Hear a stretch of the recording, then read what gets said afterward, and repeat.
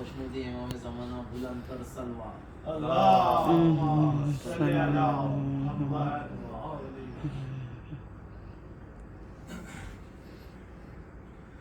الحمد لله رب العالمين لا حول ولا قوة إلا بالله العلي العظيم أعوذ بالله من الشيطان اللعين الرجيم بسم الله السميع العليم والصلاة والسلام على سيد الأنبياء والمرسلين خاتم النبيين أبي القاسم محمد اللهم صل على محمد والسلام على آله الطيبين الطاهرين المعصومين المظلومين إنما يريد الله ليذهب عنكم الرجس أهل البيت ويطهركم تطهيرا اللهم صل على محمد وآل محمد. آج کا ہمارا موضوع گفتگو روح اور نفس کے عنوان سے ہے، اور اس موضوع کے اوپر جو ہے وہ عموماً دیکھا گیا ہے کہ کم بات ہوتی ہے، مجالس کے اندر بھی کم بات ہوتی ہے، اور اس کی معرفت کی ہمیں ضرورت ہے، کیونکہ ہم نے دیکھا کہ روح کے متعلق پروردگار عالم نے بھی قرآن کے اندر کافی جگہ پہ ذکر فرمایا ہے، اور ائمہ اہل بیت علیہ السلام نے بھی اپنی حدیث مبارکہ کے اندر بھی روح کا اور نفس کا ذکر فرمایا ہے۔ تو اس حوالے سے ہم یہ دیکھتے ہیں کہ پہلے الگ الگ ادیان کے اور الگ الگ اذہان کے لوگوں کے اندر، ان کے گروہوں کے اندر روح یا نفس سے متعلق کیا عقیدے پائے جاتے ہیں۔ سب سے پہلے جو ہے وہ ہم یونانی فلسفیوں کے مطابق دیکھتے ہیں کہ ان کے پاس حیات یا روح یا جو ہے آپ کا نفس، اس کے متعلق کیا پایا جاتا ہے۔ یونانی فلسفی یہ کہتے ہیں کہ دل جب دھڑکتا ہے تو اس سے ایک دھواں اٹھتا ہے، اس سے ایک حدت جاری ہوتی ہے، وہ حدت جو ہے وہ انسان کے یا جاندار کے خون میں رواں ہوتی ہے، اور وہ روانی کے ساتھ اس کے جسم میں حرکت کرتی ہے۔ جب وہ حرکت کرتی ہے تو اس حرکت کو ہی زندگی کا نام دیا جاتا ہے۔ وہ یہ سمجھتے ہیں ان کے مطابق زندگی بس یہی ہے، اور جب جسم اپنے ذوف کو پہنچتا ہے یا کسی ضرر سے جسم موت کی طرف مائل ہوتا ہے یا وہ خراب ہو جاتا ہے تو وہ زندگی اس سے جدا ہو جاتی ہے۔ یہ ان کے مطابق ایک عقیدہ ہے۔ اسی طرح سے ہم ایتھیزم کے بارے میں جاننے کی کوشش کرتے ہیں کہ ان کے پاس حیات یا روح کے بارے میں کیا عقیدہ ہے۔ ایتھیزم جیسے اردو کے اندر کہا جاتا ہے ملحد وہ لوگ ہوتے ہیں کہ جو پروردگار عالم کی ذات کے اوپر ایمان نہیں رکھتے۔ وہ ان کا یہ ماننا ہے کہ کوئی خالق کائنات نہیں ہے، کوئی رب نہیں ہے، اور یہ جو کائنات ہے اس میں صرف اور صرف مادہ ہے، اور یہ ایک حادثے کے نتیجے میں رونما ہوئی کائنات ہے، اور ہر شے جو ہے اس میں بس ایک حادثے کے نتیجے میں رونما ہوئی ہے۔ ان کے مطابق ان کا یہ ماننا ہے کہ جو مادہ ہے، جب وہ مادہ ارتقا کرتا ہے، کوئی بھی مادہ ارتقا کرتا ہے اور اپنے کمال کو پہنچتا ہے تو کچھ مادہ اپنے اندر یہ خصوصیت پیدا کر لیتا ہے جس میں وہ ادراک کی کیفیت پا لے، جس کو وہ اپنے الفاظ کے اندر اویئرنیس یا کانشیسنیس کا نام دیتے ہیں۔ ادراک یا یہ جان لینا کہ وہ ہے۔ تو وہ اس کو اس طرح سے سمجھاتے ہیں کہ کہتے ہیں کہ اگر کوئی ذی روح جب وہ زندہ ہوتا ہے تو وہ یہ جانتا ہے کہ وہ زندہ ہے، جیسے میں اور آپ ہم لوگ ہیں تو ہمارے پاس یہ ادراک اور شعور موجود ہے کہ ہم موجود ہیں اور ہم زندہ ہیں، بس یہی جو شعور اور ادراک ہے وہ اسی کو زندگی کا نام دیتے ہیں۔ اور وہ کہتے ہیں کہ جب انسان کا جسم مردہ ذوف ہو جاتا ہے یا کوئی ضرر پیدا ہو جاتا ہے اور انسان کا جسم خراب ہو جاتا ہے تو یہ شعور اس سے دور ہو جاتا ہے، اور بس یہی زندگی ہے۔ تو ان کے عقیدے کے مطابق وہ کسی روح کے اوپر یقین نہیں رکھتے. وہ ان کا یہ ماننا ہے کہ کوئی ایسی روح نہیں ہے, کوئی ایسا نفس نہیں ہے جو داخل ہوتا ہے, کہیں سے آیا ہے, جسم میں داخل ہوتا ہے اور وہ کہیں جائے گا, اس کے بعد کہیں منتقل ہوگا. تو حیات کے متعلق ان کا صرف یہ عقیدہ ہے اور وہ کہتے ہیں کہ اس کے آگے آنے والی کوئی ایسی دوسری زندگی نہیں ہے جہاں پہ انسان کا حساب کتاب ہو یا روح کا جو ہے وہ حساب و کتاب ہو. یہ ہو گیا ان کے متعلق. تیسرا ہے آپ کا ہندو جو لوگ ہیں, مذہب ہے, اس کے اندر ایک عقیدہ پایا جاتا ہے. ان کا یہ ماننا ہے کہ جو روح ہے وہ ہمیشہ سے موجود ہے. جو ان کے پاس خدا کا ایک نظریہ ہے, وہ کہتے ہیں کہ خدا بھی ہمیشہ سے موجود ہے, اور ان کا یہ ماننا ہے کہ جو روحیں ہیں وہ بھی ہمیشہ سے موجود ہیں اور اس کو کسی نے بنایا نہیں ہے. یہاں تک کہ خدا نے بھی روحوں کو خلق نہیں کیا. جب سے خدا ہے, بس یہ جب سے یہ روحیں بھی موجود ہیں اور یہ ہمیشہ رہیں گی.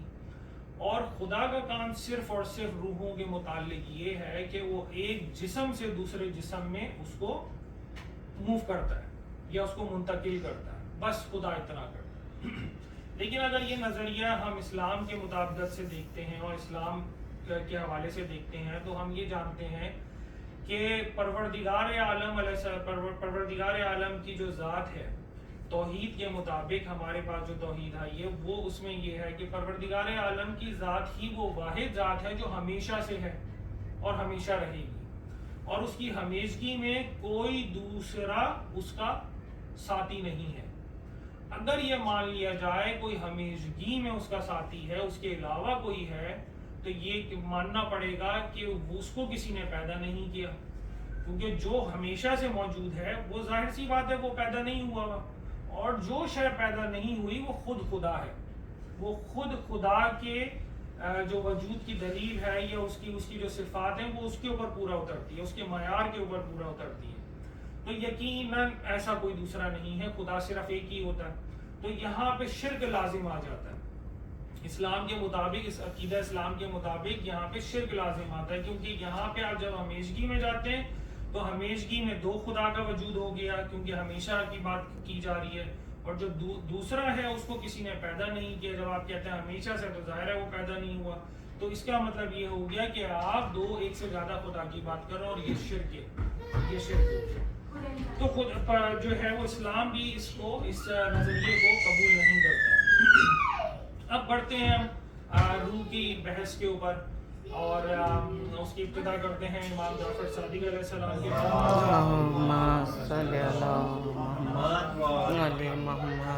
امام صادق علیہ السلام نے فرمایا روح کے متعلق کہ روح کا جو لفظ ہے وہ ریح سے نکلا ہے. ریح معنی ہوا. روح مشابہ ہے ہوا کے, بالکل مشابہ ہے ہوا کے, اور اس کا جو مغز لفظ ہے وہ آپ کا ہے ریح با مشابہ روح. یہ مولانا معصوم کا فرمان ہے. اس کے آگے ہم چلتے ہیں, پھر ہم لیلۃ القدر سورہ انا انزلنا کی آیت نمبر 4 کے اندر دیکھتے ہیں کہ پروردگار فرماتا ہے تنزل الملائکۃ والروح فیہا باذن ربہم من کل امر. یعنی پروردگار یہ فرما رہا ہے کہ لیلۃ القدر کی جو رات ہے اس رات میں ملائکہ اور روح نازل ہوتے ہیں پروردگار کا امر لے کر, پروردگار کے امر کو لے کے نازل ہوتے ہیں. یہ امر کیا شے ہے؟ امر کے معنی ہیں کہ پروردگار کے احکامات, اس کی کمانڈز, اس کے خاص امور, ان امور کو لے کے یہ نازل ہوتے ہیں. پروردگار کی طرف سے جو احکامات ہیں وہ زمین پہ نازل ہوتے ہیں. تو ایک دوسری غور طلب بات ہے, اکثر یہ ایک جو ہے وہ کنفیوژن پایا جاتا ہے لوگوں کے درمیان, کہ وہ یہ کہتے ہیں کہ جو روح یہاں پہ مراد ہے وہ صرف وہ فرشتے ہی سے مراد ہے, فرشتے ہی کی ایک قسم ہے, یا صرف روح القدس سے مراد ہے, جس کو حضرت جبرائیل علیہ السلام کے حوالے سے بھی لوگ جانتے ہیں. ایک نظریہ یہ بھی ہے. تو امام صادق علیہ السلام کے پاس اسی طرح ایک شخص آیا اور اس نے یہی سوال مولا سے کیا کہ مولا یہاں پہ جو روح ہے, کیا جو روح ہے اور فرشتے ہیں وہ دونوں ایک ہیں؟ تو معصوم نے فرمایا کہ روح اور فرشتہ دونوں ایک نہیں ہیں, اور مولا نے اسی آیت کی تلاوت کر کے اس کو دلیل دی. مولا نے فرمایا کہ اگر یہ دو ایک جیسی چیزیں یا ایک ہی شے ہوتی, ایک ہی انواع سے ہوتی, تو پروردگار ان کو الگ الگ ذکر نہ کرتا, اور بلکہ روح کی ایک قسم یہ ہے جو فرشتوں سے بھی بالا تر ہے, فرشتوں سے بھی افضل ہے, اور روح سے زیادہ افضل پروردگار عالم نے کوئی شے پیدا ہی نہیں کی. یہ روح جو ہے وہ پروردگار کی مخلوقات میں سب سے برگزیدہ اور سب سے اعلیٰ مخلوق ہے. اس کے بعد ہم جب اس کو اور دیکھتے ہیں سورہ الاسراء کے اندر آیت 86 کے اندر پروردگار یہ فرماتا ہے کہ اے نبی یہ لوگ آپ سے روح کے بارے میں سوال کرتے ہیں, آپ ان سے فرما دیجئے کہ روح میرے رب کے حکم سے ہے اور تمہیں بہت ہی کم علم دیا گیا ہے. یہاں پہ ایک بات دقت طلب ہے اور غور و فکر طلب ہے, وہ یہ ہے کہ پروردگار فرما رہا ہے کہ روح, پہلی آیت میں کیا تھا, یہ امر لے کے نازل ہوتی ہے, حکم پروردگار لے کے نازل ہوتی ہے. دوسری آیت میں یہ ہے پروردگار فرما رہے یہ خود بھی حکم پروردگار ہے, روح جو ہے وہ خود اپنی ذات میں بھی پروردگار کا حکم ہی ہے. اور تیسری بات جو یہاں پہ غور طلب ہے وہ یہ ہے کہ تمہیں کم علم دیا گیا ہے, مطلب تمہیں روح کی معرفت کم ہے, یہ کم ہوگی, یعنی یہ ایسی شے ہے کہ جس کے بارے میں معرفت حاصل کرنا ایک دقت طلب بات ہے, اتنی زیادہ آپ اس کی معرفت حاصل نہیں کر پائیں گے انسانوں کے حوالے سے, یہ کہا جا رہا ہے. تو اسی طرح سے اب ہم دیکھتے ہیں ایک بڑی خوبصورت, پہلے میں ایک بات کرتا چلوں یہاں پہ, اکثر روح اور نفس کے حوالے سے جب ہم ذکر کرتے ہیں تو اکثر علماء جو ہیں وہ کہتے ہیں کہ یہ شاید غالباً دونوں ایک ہی شے ہیں, دونوں ایک ہی چیزیں. نفس کے بارے میں اکثر بات ہے, روح کے بارے میں, اور ہم اس کو انٹرچینجبلی یا متبادل الفاظ کے طور پہ استعمال کرتے ہیں. جب ہم کہتے ہیں روح تو وہی مطلب ہے جو نفس کا مطلب ہے, یا جب ہم کہتے ہیں نفس تو ہم یہی جانتے ہیں کہ شاید یہ روح کے بارے میں ہی بات ہو رہی ہے, اس حقیقت, کیونکہ دونوں کا جو مصداق ہے وہ اصل حیات انسانی کی ہی طرف ہے, یا جو بھی روح جاندار ہیں ان کی حیات کی طرف ہی وہ چیز, اس کا جو معنی ہے وہ رہنمائی کر رہا ہے. تو یہاں پہ اس بات کو بیان کر دوں, میں کرتا چلوں, یہ بہت ہی لطیف معنی ہے جو میں آپ کی خدمت میں عرض کرنے لگا ہوں, اور شاید یہ بہت ہی بہت ہی خاص بھی ہے, اور تھوڑا سا اس میں ذرا غور و فکر کی بھی ضرورت ہے, اور بہت لطیف معنی, بہت خوبصورت, اور یہ پروردگار کی خاص عطا ہے جو میں آپ کی خدمت میں عرض کرنے لگا. روح اور نفس, ان کے درمیان ایک تھوڑا سا ہلکا سا ایک فرق ہے. روح نفس بیسیکلی اس کیفیت کا نام ہے روح کی کہ جب روح جسم کے ساتھ ملحد ہو جاتی ہے,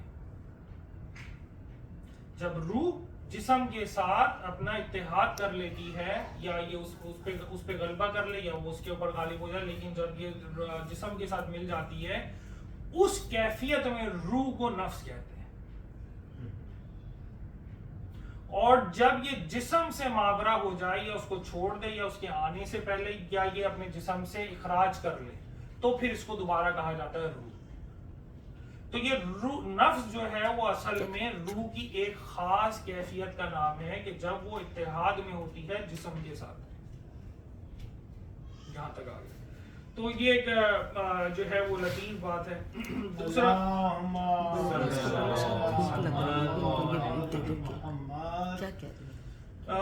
اس کے بعد جو ہے وہ ہم کچھ روح کے درجات کے بارے میں بات کرتے ہیں جو ائمہ علیہ السلام سے ہمارے پاس مورد ہوئے ہیں, اور شیخ صدوق علیہ رحمہ کی کتاب ہے اتقادیہ, اس کے اندر بھی انہوں نے ان کا ذکر کیا ہے. اصول کافی کے اندر جلد دوم کے اندر مولا نے یہ احادیث کے اندر بیان فرمائے. تو مولا نے درجات بتائے ہیں. اچھا, ایک چیز یہ ہے کہ یہ جب ہم درجات کی بات کر رہے ہیں تو یقیناً ہم اس میں یہ بتانے کی کوشش کر رہے ہیں یہ الگ الگ اقسام نہیں ہے روح کی, بلکہ یہ ایک ہے, اس میں ایک الگ درجہ قائم ہوتا ہے تو وہ بڑھ جاتی ہے, اپنے درجے میں خود ہی بڑھتی ہے, خود یوں بڑھتی ہے, نہ کہ وہ تقسیم ہو جائے. تقسیم کی طور پہ نہیں ہے یہ، بلکہ اپنی ہی ذات میں جب بلند ہوتی ہے تو یہ درجات کو پہنچتی ہے۔ اس میں جو پہلا درجہ ہے وہ ہے روح مدرج، جس کو کہا گیا معصوم نے فرمایا یہ ایسی روح ہے کہ جس کی وجہ سے ہر ذی روح چلتا پھرتا ہے، اور وہ جس جسم کے اوپر یہ روح قابض ہوتی ہے یا جس جسم کے ساتھ یہ ہوتی ہے، وہ اس جسم کے اندر جو ہے وہ کمی اور بڑھنا اس میں وارد ہوتا ہے۔ مطلب جیسے یہ آپ نبات، جس کو یہ بھی کہا جاتا ہے روح نباتات، یہ جو پودوں کی آپ دیکھیں، پودوں کے اندر ایک خاص قسم کی جان ہے، ان کے اندر ایک روح ہے، وہ کیا کام کرتی ہے کہ وہ اس کی جو نو بڑھ رہی ہے یا کم ہو رہی ہے، بڑھنا اور گھٹنا اس کے جسم کا، یہ اس کو ریگولیٹ کرتی ہے، اس کو چلاتی ہے، اور اس جسم کے اندر جو نظام قائم ہے، مثال کے طور پہ پانی کا پہنچنا، غذا کی فراہمی، اس کے امور جو جسم کے اندرونی امور ہیں وہ اس روح سے کام کرتے ہیں، جس کو روح مدرج یا روح نباتات کے نام سے جانا جاتا ہے۔ یہ قسم کی آپ کی یہ قسم ہے۔ دوسری جو ہے وہ روح شہوت، یا اس کو کہا جاتا ہے روح خواہش بھی یہ کہا گیا، اور تیسرے معنی میں روح حیوانی بھی اس کو کہا گیا۔ یہ تینوں معنی جو ہیں وہ اس کے مصداق میں یہ آتی ہے۔ یہ ایسی روح ہے کہ ہر ذی روح اس کی وجہ سے کھانے پینے کی خواہش کرتا ہے، اس روح کے ہونے کی وجہ سے کھانے پینے کی خواہش ہوتی ہے۔ ہر نر کو مادہ کی خواہش ہوتی ہے اور مادہ کو نر کی خواہش ہوتی ہے، وہ اس روح کے ہونے کی وجہ سے ہوتی ہے۔ اور اس کی خصوصیات میں محبت کا عنصر اور نفرت کا عنصر بھی اس میں شامل ہے، کہ اس میں محبت آ جاتی ہے، وہ ایموشنز شامل ہونا شروع ہوگا، یا یہ محبت کی طرف مائل ہوگا یا نفرت کی طرف مائل ہوگا، یہاں پہ یہ سلسلہ۔ یہ جو روح ہے یہ آپ کو کہاں دکھے گی؟ یہ روح آپ کو دکھے گی روح حیوانوں کے اندر۔ حیوان ایک درجہ بلند ہے نباتات سے، اگر آپ غور کریں اس کے اندر وہ صفات بھی ہیں جو نباتات کے اندر ہیں، لیکن اس کے اندر یہ صفات بھی ہیں جس میں وہ چلتا پھرتا بھی ہے اور کھانے پینے کی طرف بھی مائل ہے، اور وہ نر کو مادہ کی طرف بھی خواہشات بھی رکھتا ہے، طرح طرح کے کھانے کی اس کو خواہش ہے۔ تیسری جو ہے وہ ہے روح قوت، جس کو ائمہ علیہ السلام نے بیان کیا۔ روح قوت ایسی روح ہے جس کی وجہ سے ہر ذی روح طلب معاش کرتا ہے اور معاش کی تدبیر کرتا ہے، معاش تلاش کرتا ہے، معاش کی تدبیر کرتا ہے، عقل و فہم تھوڑا سا اس کے پاس آتا ہے، اور جو ہے وہ دشمن سے جو ہے وہ دشمن کے نقصان سے، اس کے غلبے سے بچنے کی تدابیر کرتا ہے اس روح میں، کہ اس کو معلوم ہوتا ہے کہ یہ میرا دشمن ہے، یہ میرے اس طرح کی کوئی جو ہے نا وہ جو مجھے ضرر پہنچا سکتا ہے، تو اس سے یہ اپنے بچاؤ کی تدابیر کرتا ہے، معاش کے لیے کوشش کرتا ہے، معاش ڈھونڈتا ہے۔ یہاں تک جو تین روحوں کا ہم نے ذکر کیا، معصومین علیہ السلام فرماتے ہیں یہ تینوں روحیں کافروں کے اندر موجود ہیں۔ یہ جو درجہ ہے تیسرے درجے تک، درجہ روح قوت، یہ کافروں کے پاس یہاں تک موجود ہے، ان کے پاس ایکٹیویٹڈ فنکشنز ہیں اس روح میں یہاں تک کہ وہ یہاں تک کام کر سکتے ہیں۔ چوتھی جو روح ہے معصوم فرماتے ہیں وہ ہے روح ایمانی۔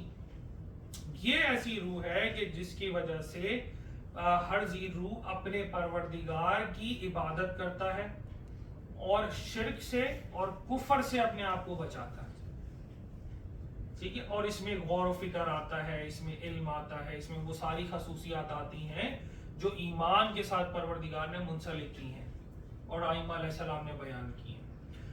یہ جو چوتھی روح کی کیٹیگری ہے یہ صرف مومنین کے پاس ہے، جو پروردگار نے مومنین کو خلق کیا ہے یہ صرف مومنین کے اندر ہے۔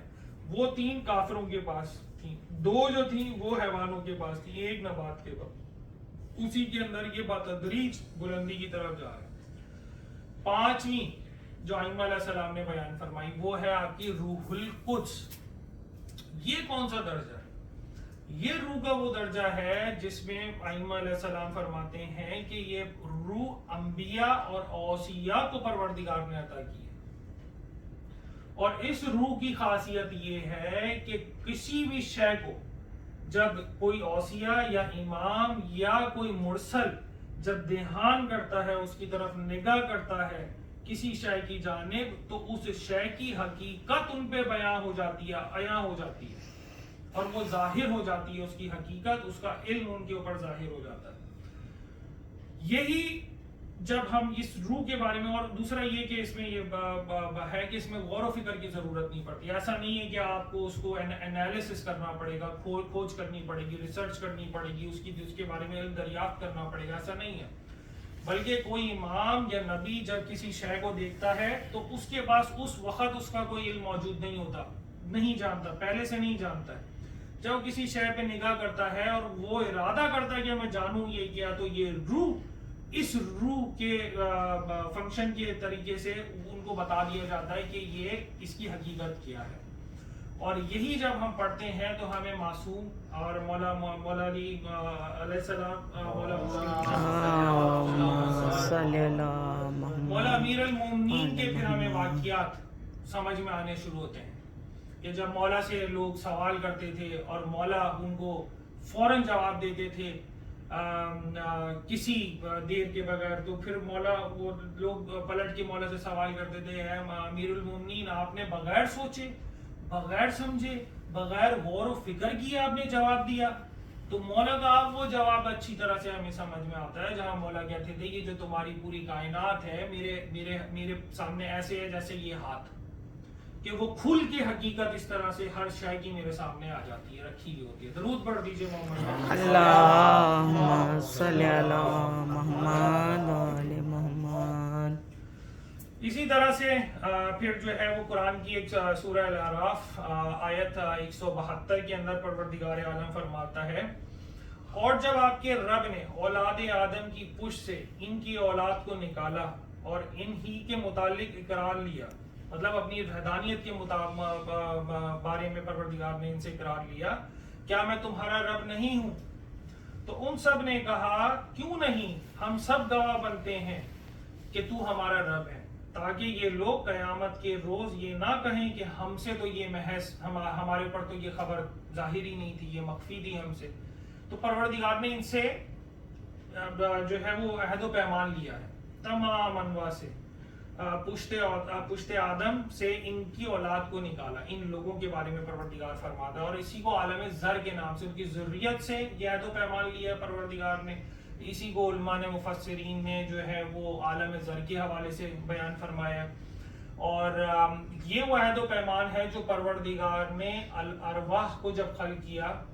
معصوم کی پہلے ایک حدیث میں اس میں پیش کرتا چلوں، معصوم نے فرمایا کہ سب سے پہلے جو پروردگار نے جس شے کو خلق کیا ہے وہ روح ہے۔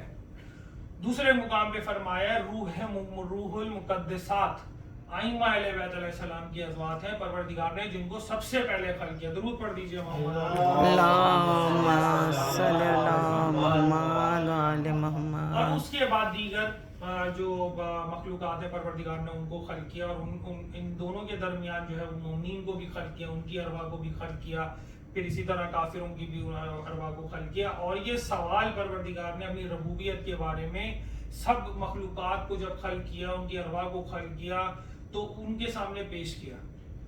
جب یہ ان کے سامنے پیش کیا تو انبیاء اور اوصیاء جو تھے وہ سب ایمان لائے، اور جو مومنین تھے وہ بھی ایمان لائے۔ تو اس وجہ سے وہ مومنین جو اس عالم زر کے اندر ایمان لائے ہیں وہ دنیا کے اندر بھی ثابت قدم رہیں گے، اور جنہوں نے وہاں انکار کیا یا ان کے دلوں میں شک تھا وہ یہاں پہ آ کے بھی مشکوک رہے۔ اسی کے حوالے سے بڑی خوبصورت اسی آیت کے ذیل میں دہلمی، شیخ دہلمی اہل سنت کے ایک بڑے محدث گزرے، انہوں نے اپنی کتاب فردوس الاخبار کے اندر ایک بڑی خوبصورت حدیث پیش کی ہے اس آیت کے ذیل میں، اور وہ یہ فرماتے ہیں کہ رسول اللہ صلی اللہ علیہ وآلہ وسلم صلی علی محمد، آقا نے جو ہے وہ فرمایا کہ اگر لوگوں کو علی کی فضیلت کے بارے میں معلوم ہوتا تو وہ علی کو اپنا آقا اور مولا بغیر مانے نہیں رہتے، اگر علی کی فضیلت کا پتہ ہوتا۔ اور اس کے بعد رسول اللہ نے بیان فرمایا کہ عالم زر میں جب پروردگار عالم نے اپنی ربوبیت کا اعلان، ربوبیت کا سوال کیا، کیا میں جب سب کو خلق کیا اور یہ روحوں کو پیدا کیا اور سب چیزوں کو، تو پھر پروردگار نے سوال کیا کیا میں تمہارا رب نہیں ہوں؟ تو اس کے جواب میں یہاں پہ فرشتوں نے کہا پروردگار سے، اے ہمارے رب کیوں نہیں تو ہمارا رب ہے؟ اور پھر پروردگار نے ان فرشتوں کو یہ جواب دیا کہ یقیناً میں تمہارا رب ہوں اور محمد میرا نبی ہے تمہارا، اور علی تمہارا آقا اور مولا ہے۔ درود پڑھ دیجئے اللہم صلی اللہ محمد علی محمد۔ تو مولا علی کی ولایت عالم زر کا میثاق ہے، یہ اسی توحید کا حصہ ہے، اسی سوال توحید کا، سوال ربوبیت کا حصہ ہے جو پروردگار اس عالم میں کر چکا ہے، اور جس کا امتحان دینے کے لیے یہاں پہ روحیں حاضر ہوئی ہیں۔ توحید بغیر ولایت علی کے کوئی معنی نہیں رکھتی، اور اسی طرح ولایت علی بغیر توحید کے کوئی معنی نہیں رکھتی۔ اس کے بعد جو ہے وہ معصوم کا ایک بڑا خوبصورت فرمان کی طرف رہنمائی کرتے ہیں۔ معصوم کا جو بڑا ایک مشہور فرمان ہے کہ جس نے اپنے نفس کو پہچانا اس نے اپنے رب کو پہچانا۔ یہ بڑی خوبصورت معصوم کی وہ ہے، اور بڑے بڑے علماء، بڑے مفسرین نے اس کے اوپر روشنی ڈالنے کی کوشش کی، اپنی اپنی عقل کے حساب سے، علم کے حساب سے، قرآن کی مدد سے، ائمہ اہل بیت کی تعلیمات کی مدد سے۔ تو ہمیں ایک چیز یہاں پہ جو ہے وہ سمجھ میں آتی، نقطہ سمجھ میں آتا ہے کہ پروردگار عالم کے بارے میں یہ فرمایا جا رہا ہے۔ معصوم مولا امیر المومنین علی بن ابی طالب علیہ السلام فرماتے ہیں کہ پروردگار کی معرفت جو ضروری معرفت ہے اس تک پروردگار نے اپنی رسائی کو نہیں روکا، مطلب مخلوقات کو نہیں روکا کہ اتنی ضروری معرفت ہے اس کو حاصل کر لیں، وہاں تک دروازہ بند نہیں کیا۔ لیکن پروردگار کی جو معرفت کی بلندیاں ہیں وہاں تک کوئی زیرو پہنچ نہیں سکتا، اور وہ کسی کے بھی آگے کھلی نہیں ہے۔ معصوم اپنی اس میں فرما رہے ہیں۔ سمجھ میں یہ آتا ہے کہ پروردگار کا ذات کی کچھ حصہ معرفت کا حاصل کیا جا سکتا ہے، اور کچھ حصہ اس کی معرفت کا حاصل نہیں کیا جا سکتا۔ اسی طرح جب ہم چلتے ہیں روح کی طرف یا نفس کی طرف، جس کو مولا نے کہا جس نے اپنے نفس کو پہچانا اس نے اپنے رب کو پہچانا، تو ہم یہ دیکھتے ہیں کیا ہم روح کے بارے میں، نفس کے بارے میں کتنی معرفت حاصل کر سکتے ہیں، کیا کچھ جان سکتے ہیں؟ تو ہم دوبارہ یہی جان پا رہے ہیں کہ ہم اس کے بارے میں تھوڑا سا علم رکھتے ہیں، بہت زیادہ نہیں جان پاتے، لیکن اتنا ضرور ہے کہ جس کے ذریعے سے ہم ہدایت کی طرف راغب ہو جائیں، لیکن کامل بھی نہیں ہے، اور اتنا ہمارے پاس ہے کہ جتنا ضروری ہے۔ اب اس کی خصوصیات آپ دیکھیں۔ خصوصیات یہ کہ روح، جس کو ہم روح کہتے ہیں یا نفس کہتے ہیں، وہ کہاں ہے؟ وہ جسم کے اندر ہے، ہر انسان کے جسم کے اوپر حاکم ہے، ہم اس پہ غور کریں۔ یہ جو جسم ہے ہمارے پاس، یہ جسم کا کوئی بھی حصہ روح یا نفس نہیں ہے، بلکہ یہ اس کا ہے، مطلب روح کا ہے۔ روح مطلب میں جو ہے وہ یہ جسم میرا ہے یا میں جسم ہوں، سوال یہ ہے۔ تو اگر مثال کے طور پہ اگر کسی شخص کا ہاتھ قلم کر دیا جائے، اگر وہ یہ کہتا ہو کہ بھائی یہ ہاتھ میں ہوں، اس کا ہاتھ آپ قلم کر دیں، آپ کو پتہ چلے گا وہ پھر بھی زندہ ہے۔ تو حیات کوئی اور شے ہے جو اس کے اندر موجود ہے، جو وہ خود ہے۔ اس جسم کے اندر کوئی شے ہے جو وہ خود ہے، وہ ہے اصل حیات یا روح۔ تو کسی شے کے چلے جانے سے، جسم کے حصے کو کٹ جانے سے، ٹوٹ جانے سے وہ مرتا نہیں ہے، وہ موجود ہے۔ ایک ہو گئی یہ چیز۔ دوسرا یہ، کیا اس کی کوئی شکل و صورت ہے اس نفس کی؟ کیا کوئی آج تک یہ کلیم کر سکا ہے کہ وہ ذات جو میرے اندر موجود ہے اس کی کوئی شکل و صورت ہے؟ نہیں کر سکا۔ کوئی یہ نہیں کہہ سکتا کہ اس روح کی کوئی شکل یا صورت ہے، کوئی اس کو نہیں جانتا ہے، نہ شکل ہے نہ صورت ہے۔ یہ ایک بڑا دقیق اور بڑا لطیف جو ہے وہ نقطہ ہے۔ اسی طرح سے جیسے ہم پروردگار کے بارے میں یہاں سے ہمیں رہنمائی ہوتی ہے، جیسے مولا فرما رہے ہیں اپنے نفس کو پہچانا اور رب کو پہچاننا ہے۔ مطلب یہ کہ ہم اپنے نفس کی شکل و صورت نہیں ہے اس کی، ہم دیکھ رہے ہیں بھائی کوئی شکل و صورت نہیں ہے، اور ہم جان رہے ہیں اللہ کی بھی کوئی شکل و صورت نہیں ہے۔ پھر ہم یہ دیکھ رہے ہیں دوسری جگہ پہ کہ یہ وجود ہے ہمارا، یہ جسم، اس کے اوپر حاکمیت دی گئی ہے روح کو یا نفس کو، اور ہم جب ارادہ ارادہ کرتے ہیں اپنے جسم کے کسی بھی حصے کو اس کے اندر حرکت پیدا کرنے کے لیے، ہم صرف اپنے اندر ارادہ کرتے ہیں اور وہاں حرکت پیدا ہوتی ہے، بغیر اس کے کہ میں اس چیز کو کسی دوسری چیز سے پکڑ کے موڑوں اور اس کو ہلاؤں، نہیں، اس کی ضرورت نہیں ہے، صرف میرا ارادہ اس جگہ کو، اس شے کو، اگر یہ انگلی مجھے کرنی ہے ارادہ کروں اور انگلی چلے گی، تو یہ تکوینی چل رہا ہے، نظام تکوین ہے۔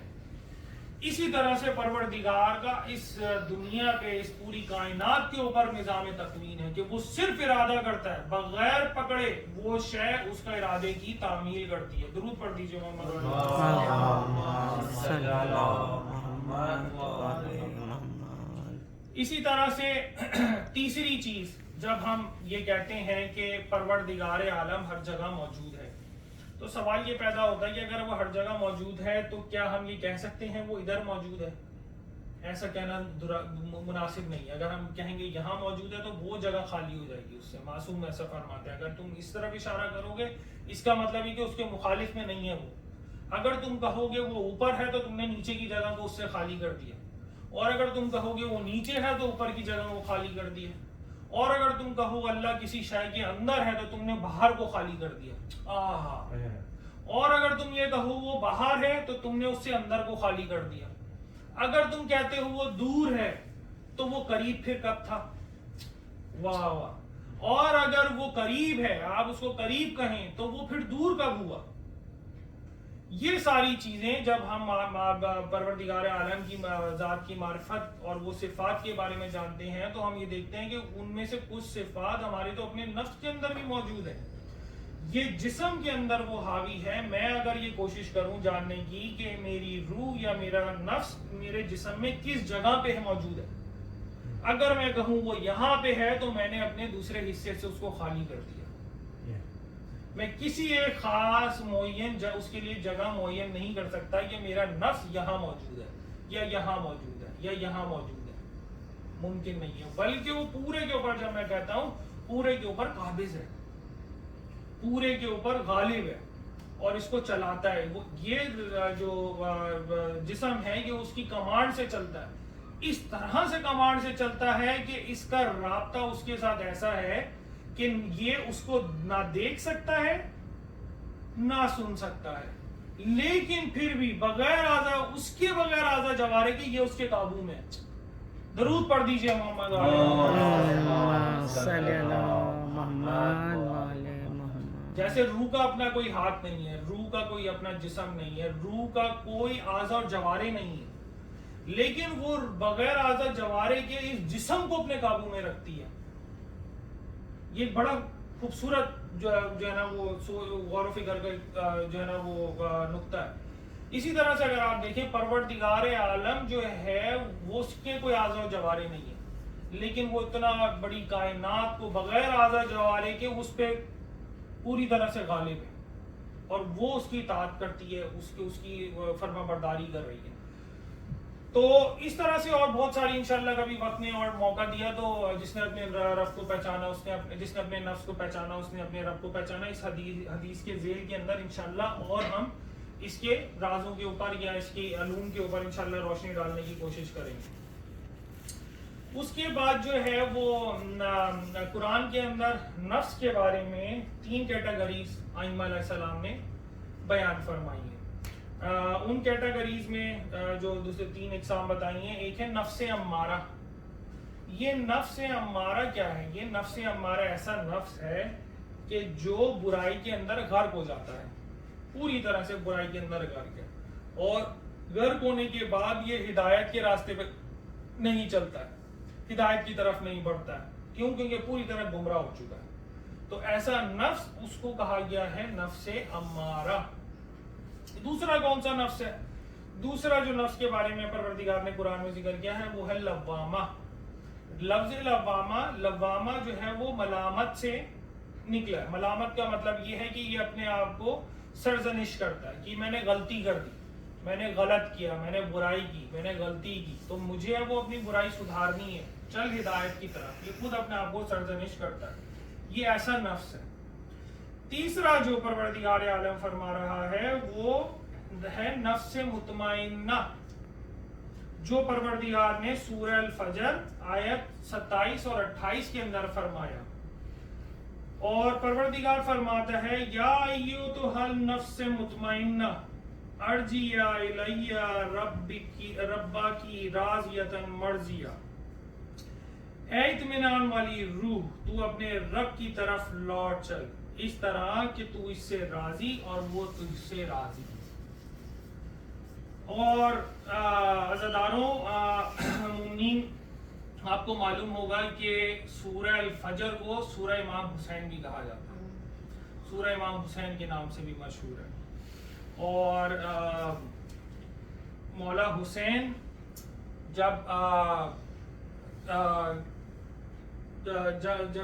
یزید کی فوج کے درمیان تھے اور شہادتیں دے دی مولا نے اپنے گھر والوں کی، اور مولا جب نکلے اور مولا نے اپنی جنگ ان سے کی، تو مولا نے کہا کہ یہ حسین ہے جس کے غازی کو تم نے قتل کیا، جس کے بیٹے کو تم نے قتل کیا، جس کے علی اکبر کو تم نے قتل کیا، جس کے 6 ماہ کے بیٹے کو تم نے قتل کیا، اس کو بھوکا پیاسا قتل کیا. یہ وہ حسین ہے. آؤ پیاسے کی جنگ دیکھو، آؤ پیاسے کی جنگ دیکھو. مولا نے فوج یزید کے اوپر جب حملہ کیا تو میرے مولا نے ان کی صفوں کو اجاڑ دیا. مولا بھوک و پیاس کی شدت کے ساتھ لڑتے رہے تو آواز دے بھائی میرے حسین پلٹ اپنے رب کی جانب، نفس مطمئنہ کب تک جگ کرے گا؟ یہ تیرا امتحان ہے، یہ تیرا امتحان ہے. ہمارا مولا، ہمارا مظلوم آقا، ہمارا مولا حسین مظلوم ضرور ہے ہمارا مولا عزاداروں، لیکن ہمارا مولا مجبور نہیں ہے. جب مولا کے اوپر پانی بند کیا گیا تو مولا کے اصحاب خیمے کے پیچھے گئے اور انہوں نے زمین کو کھودا، جگہ جگہ کھودا کہ شاید کوئی پانی مل جائے، کہیں سے کوئی کنواں نکل آئے، کوئی چشمہ برآمد ہو جائے. اور وہ مایوسی کے عالم میں مولا حسین کی خدمت میں آئے. انہوں نے کہا مولا کیا ہم مجبور ہیں؟ مولا ہمیں پانی نہیں مل رہا، ہم نے بہت کھدائی کی ہے. تو مولا نے ان کو کہا، مولا نے اپنا ایک پاؤں زمین پہ مارا، اس سے چشمہ جاری ہوا. مولا نے ان کو کہا کہ دیکھو ہم مظلوم ہیں، ہم مجبور نہیں ہیں. اگر میں ایک اشارہ کر دوں تو یہاں پہ پانی کی نہریں کوئی پیاسا نہ رکھے. لیکن اے میرے اصحاب یہ جان لو کہ یہ امتحان پروردگار ہے، ہمیں اس امتحان سے گزرنا ہے. ہمیں اس امتحان سے بھوک و پیاس کے، اپنی جانوں کے، مالوں کے امتحان سے گزرنا ہے. میرے مولا آپ کی مظلومیت بہت ہے، بہت بہت مظلوم ہے آپ، لیکن آپ کی 4 سال کی بچی مولا اس کو تماچے لگے، مولا تیرے بیٹے ذرا سینہ ٹھوکتی تھی لاشوں کے درمیان میدان کربلا میں تماچوں میں تجھے ڈھونڈ کے آوازیں دیتی تھی میری بچی ہے میرے بابا. شمر مجھے تماچے لگاتا ہے میرے بابا، میری بالیاں چھیلنے میرے دامن کو آگ لگی میرے بابا، مجھے بچاؤ. مولا یہ سہرا میں دھرا میں تنہا ہوں، یہ وحشت زدہ منظر، میرے مولا مجھے بچاؤ. بچی پنجوں کے بل شام تک گئی میرے مولا. تو پیاس میں تو شہید ہو گیا، تو اپنے اجداد کے پاس جا کے جب کیا ہوگا تو نے مولا تیرے بیٹی آواز نہیں آتی ہے.